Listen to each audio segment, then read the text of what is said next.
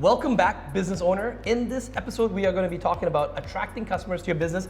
Once again, I'm going to be interviewing Josh Spurrell, the founder of Spurrell and Associates CPA firm. He is Canada's top-rated CPA and North America's most sought-after CFO.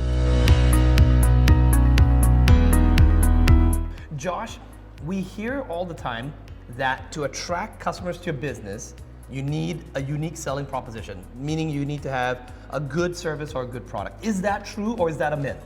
I mean, having a good product or a good service is important, but it's not the be-all, end-all. Okay. There are a lot of good products, good services who are out of business because they weren't well known enough.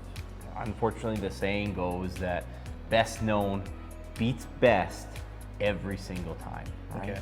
And this is where a lot of business owners they're stuck because they think that if they just make the product or service a little bit better, that things will magically change overnight, and that's likely not going to happen to them unless they get more attention on their product or service. Makes a lot of sense. So attention, okay, so everybody's vying for the attention though. We're trying to buy ads, we're trying to put out social media, we're trying to get testimonials, we're getting referrals, right? Yeah. And for those of you who don't know, my name is Desmond Soon. I'm a business owner. I run several companies. Josh happens to be my CPA and fractional CFO as well. You may also see me on YouTube, in which I am featured with my other mentor, Dan Locke. He's a multimillionaire. So I've learned, by being around multimillionaires, just like Josh, who's an entrepreneur and a millionaire himself, how to scale and run a business. So if this is your first time joining our channel, do consider hitting the subscribe button, comment below, read some of the comments and questions, interact, because if you write your comment and question below, I will get Josh to specifically answer your question. So stick on all the way to the end of this video because we are going to cover how you can attract your business. By the end of this video, you will go away with specific things that you can actually do and what to avoid as well. So Josh, talk about this thing. What's the number one thing? And I know you've always given me the tough love when it comes to business. What do people have to do? What is the number one thing that a business owner has to focus on to attract customers?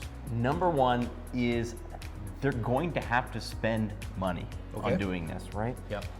And this is, it goes counterintuitive. We're taught from a very early age that a penny saved is a penny earned. I hate that term, yeah. If you're following the wealthy barber or, Ramsey's content, he's going to tell you, you should spend the least. But in business, you have to spend money to attract attention. And Ramsey's not a bad guy. It's just that his advice is normally geared towards the 96%, right? Specific to employees. It's very good advice. You should be following advice like that if you are, if you're one of the 96% of people who's going to remain an employee. But you are business owners if you're watching this video, so pay attention to what Josh has to say. So you got to think of Interbrands' top 10 brands. You're thinking about McDonald's, right? Disney, right? Yep. These are brands where you see a Golden Arches, you can already taste the Big Mac, right? Mm-hmm. You see a Disney logo, you can already hear Disney theme songs in your heads. Yes. Those top 10 brands spend $5.6 billion a year. They still spend money. They still spend $5.6 billion a year. Their brand recognition is so high, most small businesses will never, ever attain that sort of level. And let's clarify for the viewer, what do you define as a small business owner? Is it someone that's just getting started, a solopreneur, $5 million business, $1 million business? What's a small business? Generally, the textbook definition is anybody who's less than 50 employees and less than $10 million in revenue. Okay, so that's the bulk of us. Yeah, so I mean, it's essentially encompasses 90+% of all the businesses out there. Right? Got it. Okay. And they're out there and they're thinking that if they just make that product or service just a little bit bigger, better, then miraculously more customers will start to follow, right? Okay. That the business is built on word of mouth alone, right? Right. It's like one of my pet peeves. You'll go to trade fairs sometimes when we used to be able to have trade fairs, right? Yes. And you'll see a business built on referrals. Mm-hmm. And I'm thinking to myself, just step back and look at the hypocrisy in that statement. They're sitting in a $5,000 trade fair booth, having staff man the booth with thousands of dollars of print material behind them. That's right. And they're trying to tell you that the only way they get customers is by referrals, right? Yeah, that's incorrect. It's incorrect. The biggest brands in the world tend to spend the most on marketing, not the least. And the ones who stay small is because they're not buying any marketing. However, Josh, now I do know for the viewers, I'm going to represent for the business owners, because I'm one of you guys, is that when you're just getting started, how do you get that budget? I mean, look, we're not printing money, otherwise we would be a big business. Yeah. These big businesses have deep pockets because they are big. So if we're just getting started, if I'm a $10 million per year, and I think that's a pretty big business in most people's eyes, but in the world scheme, I'm a small business. So how about this? What if I'm a $1 million business owner? Where and how much should I be putting aside for budget for marketing? Do I do Facebook ads? Do I go to a digital marketing agency? Do I take out ads in the newspaper? Do I print out flyers? What do I do? Yes. So first of all, you're going to have to be more strategic as a small business owner. Okay. You don't have money to throw around. You can't afford, billboards at the sports arena, at the hockey rink, or at the baseball stadium. Yeah. No, what do you call it? Super Bowl ads or stuff like that, right? You have to be more strategic, right? You have to be more strategic. Generally, it's going to start with Google. Okay. And it's not Facebook, Google. Not Facebook, Google, because 88% of the time, anybody who's going to purchase from a small business is going to Google you first. Got it. So if you're good on Facebook and you suck on Google, you're still not getting that customer. Okay. So we have to invest strategically, right? And really, as a small business owner, forget about $1 million. Even if you're 100,000, you should be trying anything you can to buy advertising, right? Okay. This hasn't changed that much in my career as an entrepreneur. I mean, it's 23 years that I've either been, running small businesses, studying small businesses, or advising small businesses, and it's shifted in that time from Yellow Pages to Google. Correct. But it hasn't shifted in the necessity to do so. You have to be present in those areas. Right. So these business owners have to do everything they want, and it's going to feel unnatural. It's going to feel unnatural handing over $1,000 a month, $2,000 a month, $3,000 a month. And not really see any results? On advertising. Yep. Because you're just starting out, right? Okay. But that advertising is literally the gasoline in the car, okay? Without it, the car doesn't actually run. So you're really going to have to focus on that. And business owners, they'll have no problem going out and taking on a $1,000 a month car payment.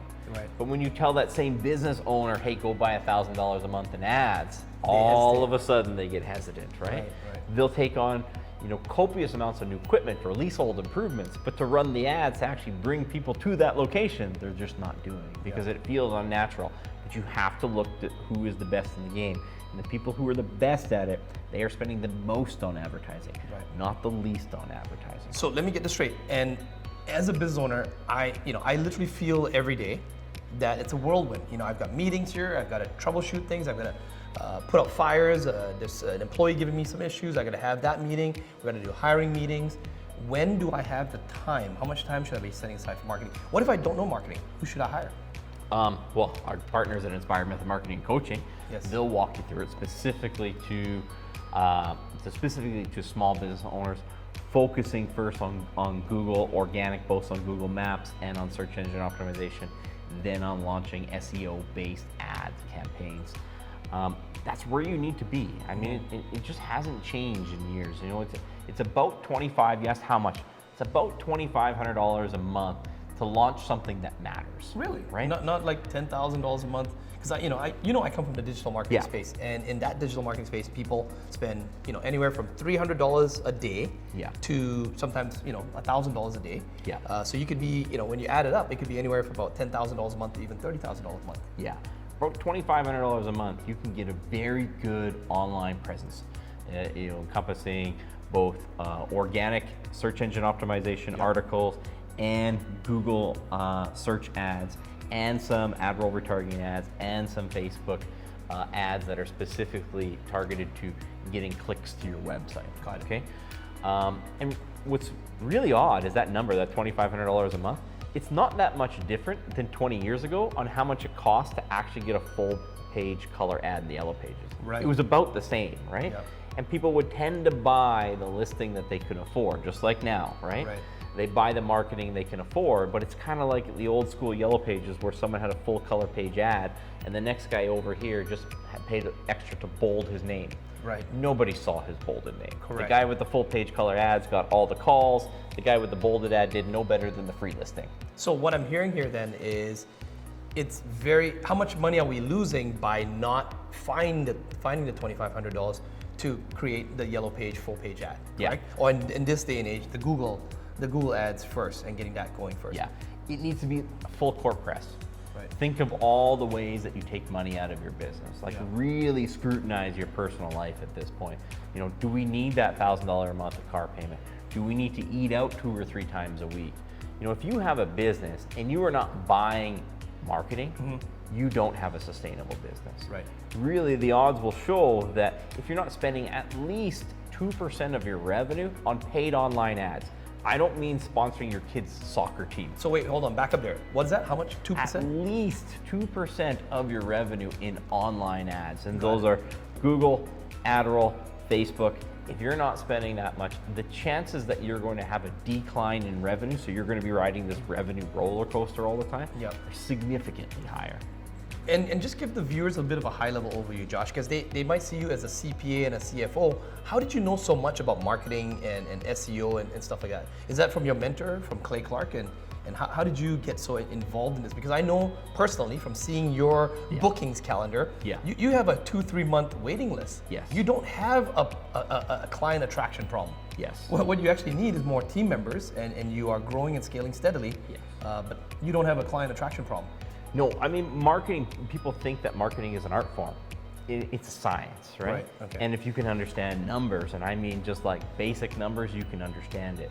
When I start showing business owners, they'll go and print up a bunch of flyers and drop those flyers, and how many impressions they got from those flyers versus the impressions that we can get on a strategic Google ad. Yes. I mean, it's astronomically different.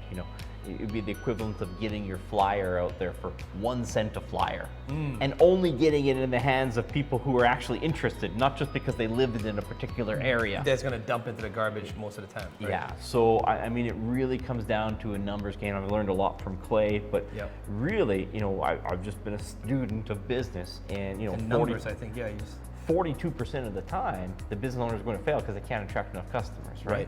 And you get business owners with that scarcity mindset coming in, wanting to talk about their phone bill or their interest in bank charges, when I tell them it doesn't matter unless we attract more customers. All of those expenses don't matter. Correct. You're not going to get that life of time freedom, financial freedom with zero ad spend. So action step from what I'm hearing here before we transition to our next video is, Josh, for any business owner watching this right now, if they want to get more information on this, do feel free to comment in the comments below, or even feel free to reach out to Spurrell and Associates, right? If you would like to find out more from Josh, you can email in at info@spurrell.ca, SPURRELL.ca. And Josh is going to be happy to respond and give you some tips and pointers of where you should do, what you should do. But I'm hearing, Josh, $2,500 just to get started. Otherwise, you're not in business, are you? It's very, very difficult to get any. I mean, just look at the amount of content you need and how much the ads actually cost. It's like I said, it's like having a bolded name in the yellow pages. It's not going to be very helpful. Understood. All right. With that, we'll see you in the next video.